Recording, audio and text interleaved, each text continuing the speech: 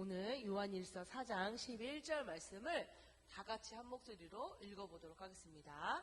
준비, 시작! 사랑하는 자들아, 하나님이 이같이 우리를 사랑하셨은즉 우리도 서로 사랑하는 것이 마땅하도다. 아멘. 요한일서 4장 11절입니다. 사랑이라는 건 무엇일까요? 자, 여러분, 이 영화 본 사람 손 들어보세요. 겨울왕국에 엘사가 나오는데요. 이 마지막 장면에서 안나를 구하는 엘사의 모습이 나옵니다. 그런데 이 안나의 이 얼음이 된 마음을 녹이는 유일한 방법이 있었어요. 무엇인 줄 아는 사람 선물 주겠습니다. 사랑입니다. 진정한 사랑을 만나면 이 마법에서 풀어질 거야 라는 마지막 장면이에요. 진정한 사랑이라는 것은 죽음도 마법도 슬픔도 고통도 이기는 것입니다. 그런데 진정한 사랑이라는 것은 무엇일까? 사랑은 아주 종류가 많아요. 보세요. 남자친구가 자기에게 가장 소중한 것을 여자친구에게 주는 것도 사랑입니다. 맞죠? 또 엄마가 아이를 품 안에 꼭 안아줘서 사랑한다고 이야기하는 것도 사랑입니다. 또 내가 엄청 좋아하는 연예인을 사진만 봐도 행복한 그것도 사랑입니다. 또 남자와 여자가 육체적으로 나누는 것도 사랑이에요. 또 우리가 보이지 않는 하나님에게 마음을 쏟는 것조차도 사랑이라고 이야기합니다. 하지만 지금까지 이야기한 사랑은 사람이 할 수 있는 사랑이에요. 근데 성경에서는 우리가 알지 못하는, 우리가 알 수조차 없는 하나님의 사랑에 대해서 이야기하고 계셔. 그래서 성경의 열매 중에 첫 번째가 사랑인 이유는 성령이 우리와 함께 하시면 할 수 있다는 거야. 무엇을 할 수 있냐? 하나님이 주신 그 사랑, 우리도 누군가에게 전할 수 있다는 뜻입니다. 자, 하나님의 사랑은 어떤 사랑일까요? 눌러주세요. 하나님의 사랑은 조건 없는 사랑입니다. 조건이 없다는 것은 어떤 의미일까? 서인이 엄마를 너무 사랑하죠. 근데 엄마가 나한테 뭐라고 하면은 조금 사랑하는 마음이 식어요, 안 식어요? 좀 식어요. 짜증나요. 그리고 공주야, 내가 이 친구하고 되게 친한데 그 친구가 나한테 삐지면 사랑의 마음이 좀 식어요, 안 식어요? 식어요. 근데 하나님의 조건 없는 사랑은요, 우리가 어떤 모습이든, 내가 어떤 행동을 했든, 내가 어떤 말을 하고, 내가 어떻게 살고 있어도 하나님은 우리를 버리지 않는다는 거예요. 그런 사랑은 땅에서는 볼 수가 없습니다. 왜요? 하나님은 우리를 너무 사랑하셔서 하나뿐인 아들을 우리에게 주셨어요. 무엇으로 주셨나요? 십자가에 달리셔서 죽으시고 3일 만에 부활하셔서 우리에게 맞는 키와 같은 천국 가는 열쇠를 주셨어요. 그게 뭐예요? 예수의 이름입니다. 예수의 이름입니다. 그래서 하나님의 사랑은 우리에게 예수 이름을 주고자, 예수의 이름을 가지고자 하는 자에게 찾아오신 거예요. 우리가 무엇을 잘해서 주시는 것도 아닙니다. 우리가 무엇을 드려서 주는 것도 아닙니다. 우리가 잘나서 주시는 것도 아니에요. 하나님의 사랑은 예수 이름을 가진 자에게 아무 조건 없이, 예수 이름을 만나고자 하는 자에게 아무 조건 없이 하나님은 주시는 거예요. 왜요? 예수 이름을 가진 자에게는 성령이 함께 하시고 성령이 함께하는 자에게는 이 사랑이라는 열매가 맺어지기 때문이에요. 자, 우리는 가끔 시골에 갔을 때 농사를 짓는 걸 본 적 있습니다. 사모님 어렸을 때는 우리 할아버지가 농사를 짓는 사람이었어요. 근데 지금 조금 있으면 모내기를 합니다. 모내기를 이렇게 아주 작은 벽실을 불려서 씨앗이 되면은, 씨앗이 싹이 나면은 그 싹을 논에다가 이렇게 줄 맞춰서 뭐를 심어요. 본 적 있는 사람. 그런데 가을쯤 되면 그 아무것도 없던 이 모에서 뭐가 생기죠?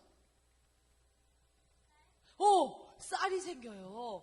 근데 쌀이요, 모 하나, 씨 하나를 심어서 모가 되면요, 그 모에서 많게는 60알까지 거둔대요.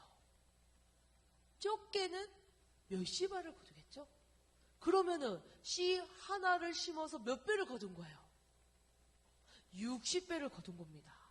와, 농사 질만 해요, 안 해요? 농사 질만 하죠. 그럼 내가 10알을 심으면 600알을 거두는 거예요. 이거 너무 대박 나는 거 아닙니까? 그런데요, 성경에서는 이것을 이야기해주고 있어요. 농부의 법칙이라는 말씀으로 너희들이 씨를 심으면 그것이 30배, 적게는 30배, 60배, 많게는 100배까지 열매를 거둘 거야 라고 이야기하고 있어요. 그러면 이 말씀이 왜 성경에 쓰여 있냐면 성경에서도 이 씨앗에 대해서 중요하게 여기기 때문이에요. 내가 예수의 이름을 내 마음에 심지어 그것은 분명히 열매를 맺습니다. 근데 그 열매를 맺을 때는 우리가 좀 해야 될 게 있어요. 감사해야 돼요. 사랑해야 돼요. 예수 이름에 의지해야 돼요. 그래서 그것들이 좋은 열매를 맺을 수 있도록 하나님 안에 있어야 돼요. 왜 하나님은 우리에게 그런 복된 이 귀한 말씀을 주셨을까? 하나님이 우리를 너무 사랑하기 때문이에요. 끝까지, 죽는 날까지 예수의 이름의 열매를 따먹기를 원하시기 때문이에요. 그래서 오늘 말씀도 이 성령의 열매에 대해서 말씀하시는 겁니다.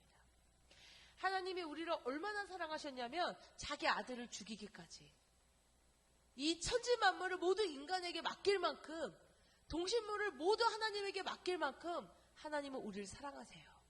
그리고 하나님은 우리에게 한 가지 숙제를 주셨습니다. 마지막 줄 읽어볼까요? 마지막 줄. 서로, 시작, 서로 사랑하는 것이 마땅하도다. 하나님은 그런 사랑을 우리에게 주셨고요. 특히 예수 이름이 있는 성령의 사람은 분명히 사랑이라는 열매를 거둘 거야. 그런데 너희들이 그 열매를 거둘 때 너희도 서로 사랑하라 라고 이야기하고 있어요. 여기서 말하는 사랑은 조건적인 사랑일까요? 아닙니다. 하나님이 우리에게 주셨던 그 끝없는, 조건 없는 무한한 사랑을 이야기하고 계시는 거예요. 그러니까 우리는 예수의 이름으로 사랑할 수 있어야 됩니다. 누구를 사랑해야 될까요? 주원이를 사랑해야 됩니다. 예수의 이름으로 준호, 윤석이, 동민이, 승효 사랑합니다. 예수의 이름으로 우리 지수, 공주, 서인이, 연서, 내 가족, 내 친구, 내 지인, 하나님을 믿지 않고 때로는 나를 속상하게 하는 그 누군가도 하나님 믿으면 사랑이 넘칠 거야 라는 마음으로 사랑해야 됩니다. 하나님이 나를 사랑해 주셨던 것처럼 하나님은 그 사랑을 흘려내리기를 원하세요. 누구를 통해서? 우리 여기 있는 친구들을 통해서. 그래서 때로는 힘듭니다. 하나님의 말씀대로 사는 건 때로 힘들어요. 사랑하지 못할 사람도, 또는 미움이 치받을 때도 하나님이 나를 사랑했으니까 나도 그를 사랑할 수 있다는 것을 고백해야 됩니다. 그럴 때 하나님의 성령의 열매가 나에게 온전히 열매 맺는다는 말씀입니다. 자, 그러면 사랑을 받은 자가 사랑을 합니다. 예전에 사모님의 할아버지는 엄청 무뚝뚝하셨어요. 근데 어느 날 자식들에게 한 번도 좋은 말을 해본 적이 없습니다. 특히 딸이라고 구박을 막 하셨습니다. 그런데 어느 날 그분이 이런 얘기를 하셨어요. 내가 왜 내 자식을 사랑하지 않겠느냐. 하지만 나도 우리 아버지에게 한 번도 사랑에 대해서 배운 적이 없다. 사랑한다면 어떻게 얘기해야 되는지 가르쳐준 사람이 없다. 사랑하면 어떻게 표현해야 되는지 나도 받아본 적이 없다. 그래서 나도 어렵다. 라고 얘기하셨어요. 맞을까요? 안 맞을까요? 맞아요. 사랑도 감정도 배우는 겁니다. 그런데 만약에 내가 그런 것이 없다면 하나님께 기도하세요. 그리고 우리는 그것을 잘할 수 있습니다. 왜요? 하나님이 우리를 사랑하셨으니까.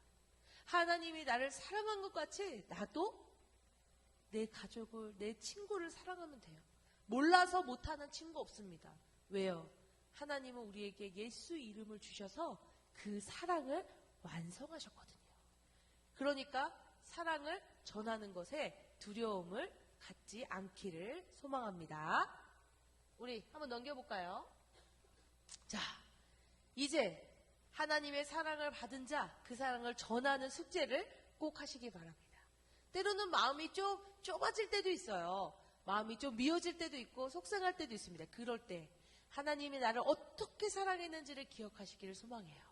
하나님이 나를 얼마나 사랑하셨는지, 하나님이 나를 위해 어떻게 하셨는지 꼭 기억하는 믿음의 친구들 되기를 소망합니다. 극진하신 사랑과 성령의 감화, 감동, 치유, 회복 세워주시면 은혜가 이 시간 주님 앞에 나와 예배하고 또 주님께로부터 받은 그 사랑을 나도 실천하기로 다짐하는 우리 모든 친구들 가운데 지금부터 영원토록 함께하기를 축원하옵나이다. 아멘.